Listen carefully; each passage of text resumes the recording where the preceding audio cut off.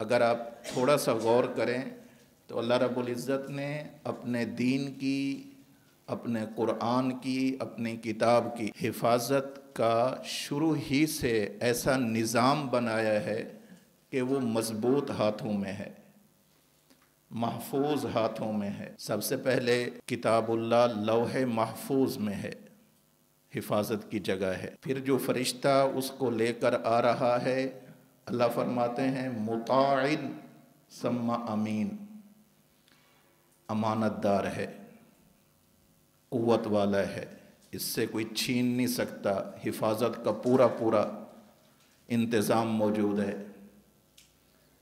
پھر وہ قرآن کریم جس دل پر نازل ہو رہا ہے، نزلہ علی قلبک، یہ دل ایسا ہے جو محفوظ ہے، اس پر شیطانی اثرات مرتب نہیں ہوتے۔ پھر یہ قرآن اللہ کے نبی صلی اللہ علیہ وسلم کی زبان مبارک پر آ رہا ہے۔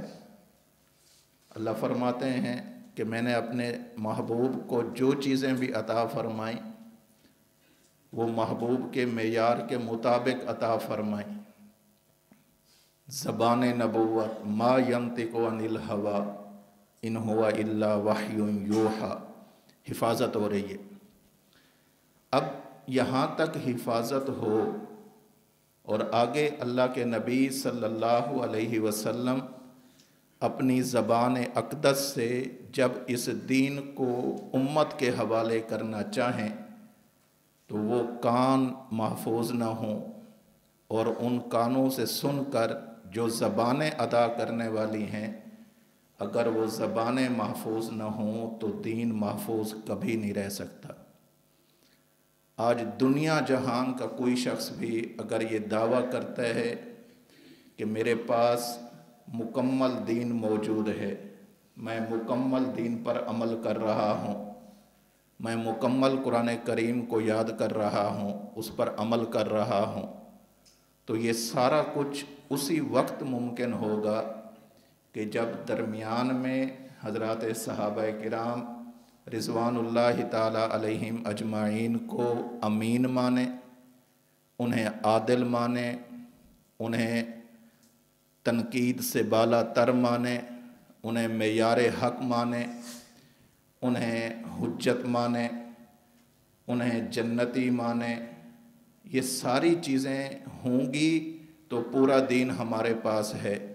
درمیان سے حضرات صحابہ کرام کو اگر ایک لمحے کے لیے بھی یوں فرض کر لیا جائے کہ حضرات صحابہ کرام کی عدالت، حضرات صحابہ کرام کی حفاظت اگر درمیان میں ایسے لمحے بھر کے لیے متاثر ہو جائے، دین پورا کا پورا مشکوک ہو جائے گا۔